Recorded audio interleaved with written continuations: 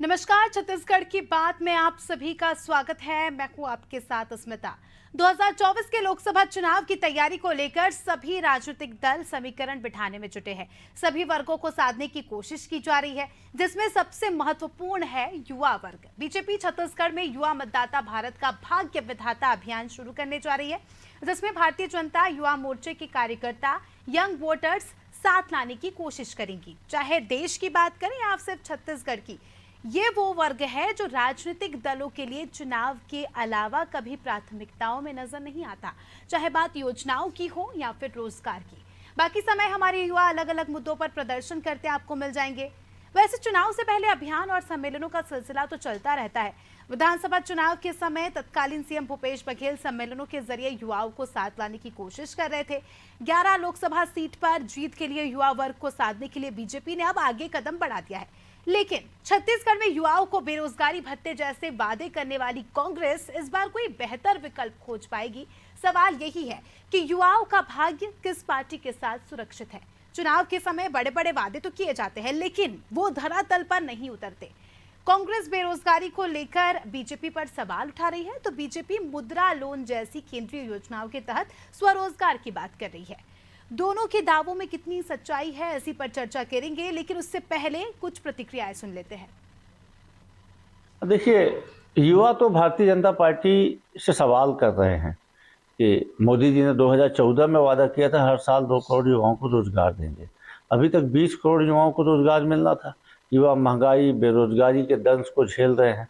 मोदी सरकार कुछ कर नहीं रही है। तो लोकसभा चुनाव में तब की बात युवा मोदी जी से हिसाब करेंगे कि उनके रोजगार का क्या हुआ। आज बेरोजगारी दर देश में 50 साल में सबसे ऊंचे स्तर पे है।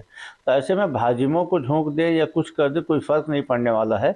छत्तीसगढ़ के भी यदि आबादी के अनुपात से देखा जाए तो 20 करोड़ लोगों को रोजगार मिलता, तो हमारे भी कम से कम 25 से 30 लाख युवाओं को रोजगार मिलता।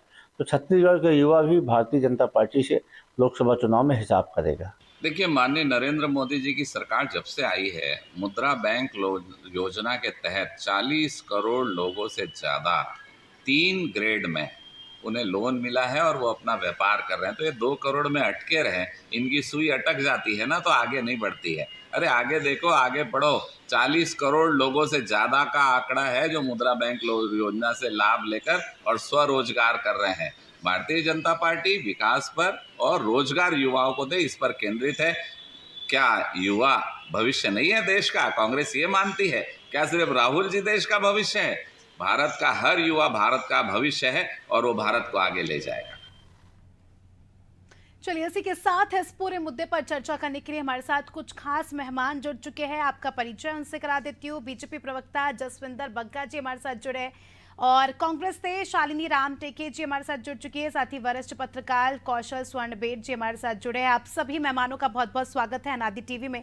सबसे पहला सवाल मैं कौशल जी आपसे करना चाहूंगी। जिस प्रकार से आप देख रहे हैं विधानसभा चुनाव की, अगर हम बात करें या अभी लोकसभा चुनाव की, तो युवा एक बड़ा फैक्टर रहा है यहाँ पर। एक बड़े वोट बैंक की तरह पार्टियां ऐसे देखती है। अब विधानसभा में कांग्रेस इतना अच्छा हम कह सकते हैं इतना अच्छा रिजल्ट तो नहीं रहा कांग्रेस का, लेकिन अब लोकसभा में भी कहीं ना कहीं देख रहे हैं कि कांग्रेस युवाओं को लेकर इतनी सतर्क नजर नहीं आ रही है। जहां एक और बीजेपी ने एक नया अभियान चलाया है युवाओं को लेकर, तो इस अभियान को आप कैसे समझते हैं? इस अभियान के बारे में आप क्या कुछ बताना चाहेंगे? अस्मिता जी, देखिए, निश्चित तौर पर युवाओं को जिस ओर जाएगा ऐसा माना जाता है कि सत्ता उसकी बनेगी। और आप देखेंगे विधानसभा चुनाव के पहले जिस तरह से युवा वोटर्स को जोड़ने के लिए न सिर्फ भारतीय जनता पार्टी बल्कि कांग्रेस, दोनों ही राजनीतिक दलों ने एक अभियान चलाया था। और कांग्रेस को यकीन था कि जो बेरोजगारी भत्ता उनके माध्यम से दिया जा रहा है उस पर युवा जरूर आकर्षित होंगे।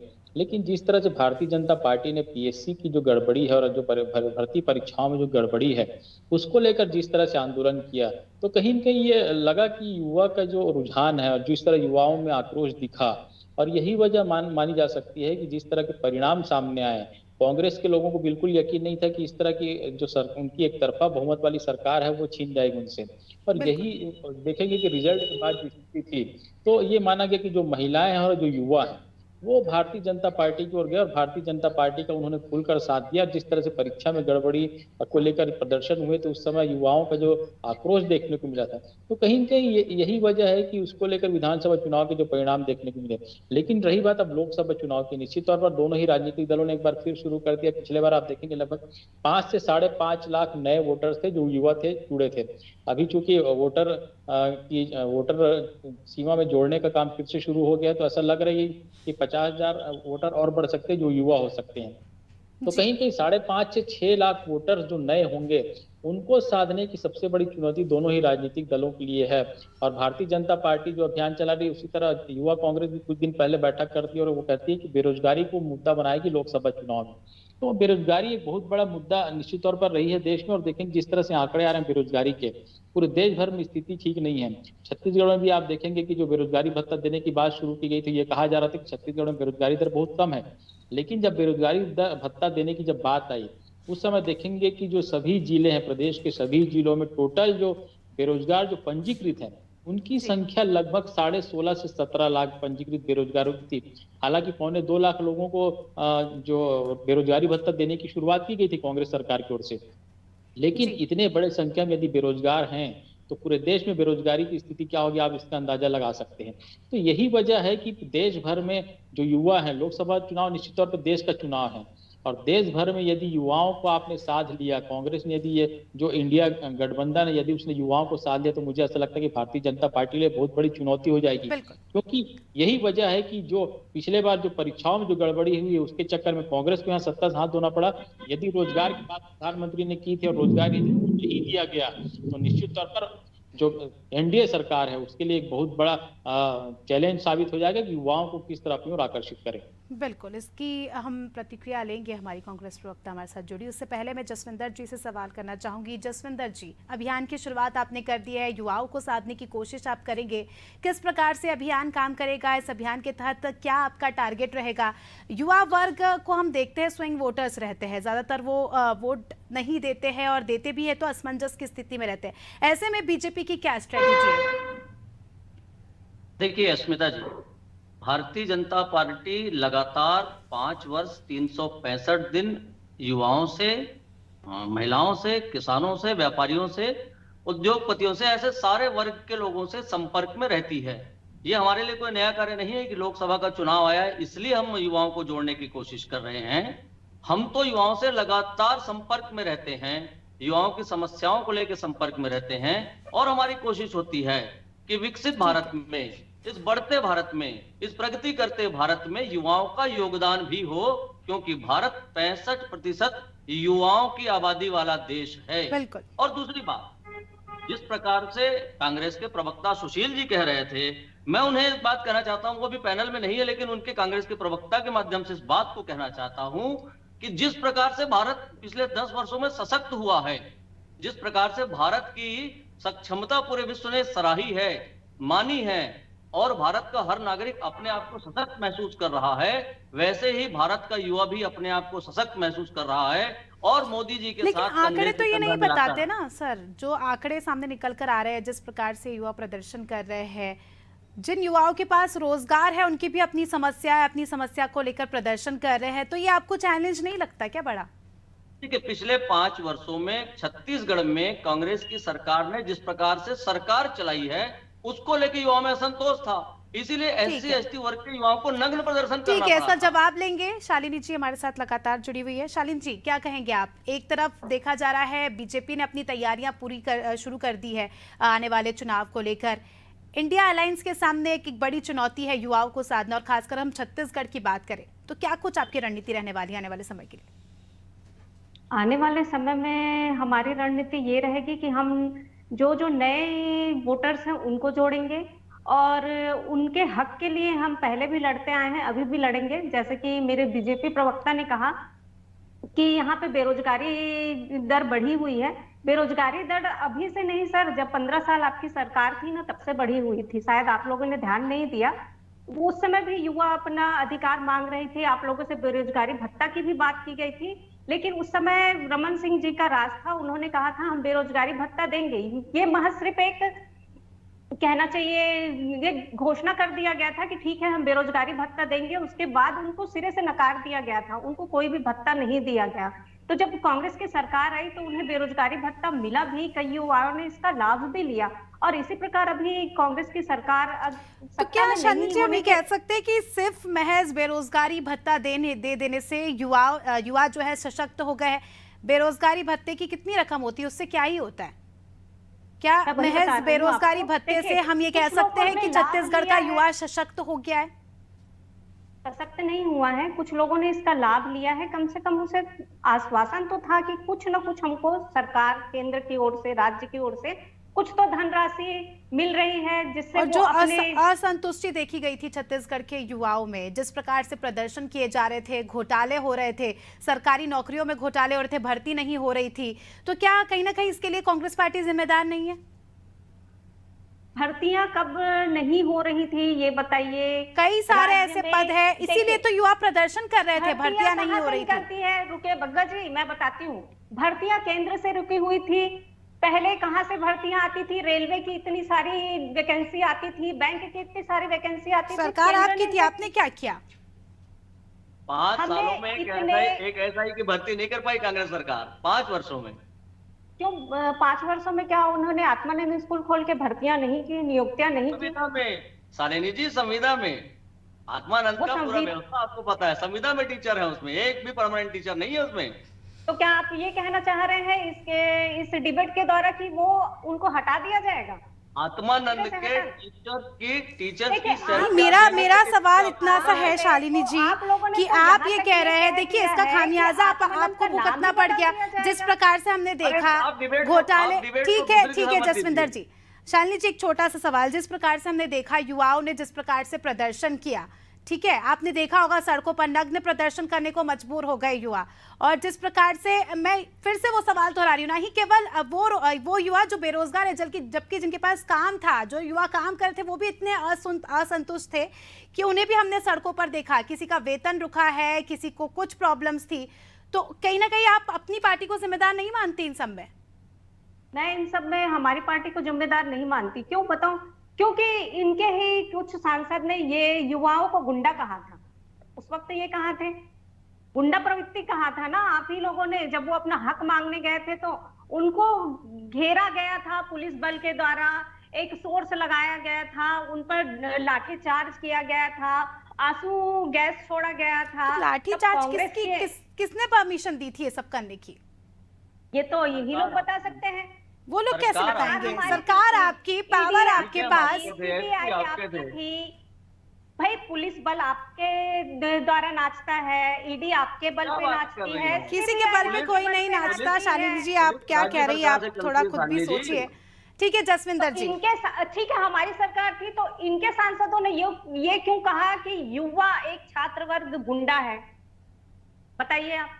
देखिए अस्मिता जी, मुझे लगता है कि आज की डिबेट को शालिनी जी डिरेल करना चाह रही हैं, विषयों से विषयांतर करके उस दिशा में ले जाना चाह रही है जहां पर विषय खत्म हो जाए। लेकिन मैं दूसरे विषय पर लाता हूं आपको फिर से। 5 वर्षों की कांग्रेस सरकार में आपने युवाओं के लिए पीएससी के माध्यम से जो भर्ती निकाली, आपने क्या किया? आपने उसमें अपने कांग्रेस के नेताओं के बच्चों की भर्ती की, आपने पीएससी के बड़े अधिकारियों के बच्चों की भर्ती की। आपको पता है हाई कोर्ट ने आपके ऊपर नियुक्तियों को रोक लगा दी है। ऐसी भर्ती की 5 वर्षों में आप एसआई का एक पद नहीं भर पाए। हमने 15 वर्षों में 2 लाख से अधिक शिक्षकों की भर्ती ठीक की है थी जसविंदर साहब। जी, यहाँ पर कांग्रेस का ये भी कहना है कि 2014 में माननीय प्रधानमंत्री नरेंद्र मोदी जी ने 2 करोड़ युवाओं को रोजगार देने की बात कही थी, और अब जब इतने साल हो गए तो कम से कम 20 करोड़ युवाओं को रोजगार मिलना चाहिए, अपने वादे से मुकर गए। देखिए अस्मिता जी, आपको यहाँ पे रोजगार और नौकरी इन 2 शब्दों के अंतर को समझना होगा। माननीय मोदी जी ने प्रतिवर्ष 2 करोड़ रोजगार पैदा करने की, अवसर पैदा करने की बात की थी। ठीक है। और हम मोदी जी के नेतृत्व में स्किल इंडिया से, स्टार्टअप इंडिया से, इन सारे माध्यमों से हम देश के युवाओं को 2 करोड़ से अधिक रोजगार के अवसर स्किल मुहैया इंडिया करा की पाने में बात करें, सफल आप रहे स्टार्टअप हैं। इंडिया की हमारे बात करें, क्या कुछ इसके रिजल्ट्स रहे? सुनिए तो मोदी जी की जो मुद्रा लोन योजना है उसके अंतर्गत हम 40 करोड़ लोगों तक पहुंचे हैं छोटे बड़े लोन के माध्यम से, और उनको रोजगार का अवसर मोदी जी क्या ने युवा दिया उससे है। भी क्या सशक्त ये हो रोजगार गए? नहीं है? लोन देने से क्या आपने उसके बाद की सूद ली कि क्या उनका जो भी बिजनेस, जो भी उन्होंने लोन लेके स्टार्ट किया है, उसके बाद वो कैसे एक चल बात रहा है? बताइए, क्योंकि एक लोन लिया है व्यक्ति वो जो तो वापस देना बेरोजगार होगा। है, एक व्यक्ति जो बेरोजगार है, पैसे की कमी के कारण से अपना व्यवसाय नहीं चला पा रहा है, उसको मोदी जी ने व्यवसाय चलाने के लिए धनराशि दी है मुद्रा लोन के माध्यम से। अब वो अपना स्वयं को रोजगार पैदा कर रहा है और खुद काम नहीं कर रहा है, अपने साथ काम करने वाले लगा के काम कर रहा है। और लेकिन कैसा अवसर आंकड़े तो चाहते ये हैं नहीं आप? बताते ना, ये तो बातें ही हैं। लेकिन जब हम इसकी इन डेप्थ पढ़ाई करते हैं, इन डेप्थ जाके इसकी रिसर्च करते हैं, तो आंकड़ों में कहीं ना कहीं इतनी संतुष्टि नहीं देखने को मिलती। इसका नतीजा हम देख रहे हैं कि देश में 13 करोड़ से ज्यादा युवा बेरोजगार है। लोकतंत्र में आंकड़ों की कसौटी में कसने का सबसे बड़ा माध्यम होता है चुनाव। और आपने देखा है अभी 3 व 2 महीने पहले जो छत्तीसगढ़ में, राजस्थान में, मध्य प्रदेश में जो चुनाव हुए हैं उसमें युवा वर्ग एक साथ एकजुट होकर भारतीय जनता पार्टी के पक्ष में खड़ा हुआ है, भारतीय जनता पार्टी के पक्ष में उसने मतदान किया है, और इसलिए भारतीय जनता पार्टी की सरकार आई है। ठीक है शालिनी इससे जी, बड़ा जवाब प्रमाण आपको चाहूंगी और क्या मैं। चाहिए? युवाओं ने बीजेपी का साथ दिया है यहाँ पर, अब कांग्रेस के लिए बड़ी चुनौतियां हैं। क्या कुछ आगे आपकी रणनीति रहेगी, क्या कुछ काम करेंगे और क्या कुछ स्ट्रेटेजी रहेगी, क्योंकि समय कम है, चुनाव आने वाला है? ये कहते हैं कि अच्छी हमने अच्छा व्यवसाय दिया है, मुद्रा लोन दिया है। आपने कभी उनकी सुध ली है कि मुद्रा लोन लेने के बाद क्या उनका स्टार्टअप सही से चला है? क्या वो सक्षम हुए हैं? क्या उन्होंने सच में बेरोजगारी दर को कम कर दिया है? नहीं, ऐसा कुछ भी नहीं हुआ है। आपने मुद्रा लोन तो दे दिया है और आपने गलत गलत आंकड़े भी पेश किए हैं कि इतना इतना लोन लिया गया है। क्या उनकी भरपाई कहाँ से होगी? उन्होंने व्यवसाय स्टार्ट किया है, क्या उनका व्यवसाय सही ढंग से चला है? क्या वो उस लोन को आप इसे चुकाने गलत में कैसे कह सक्षम सकती होंगे? हैं?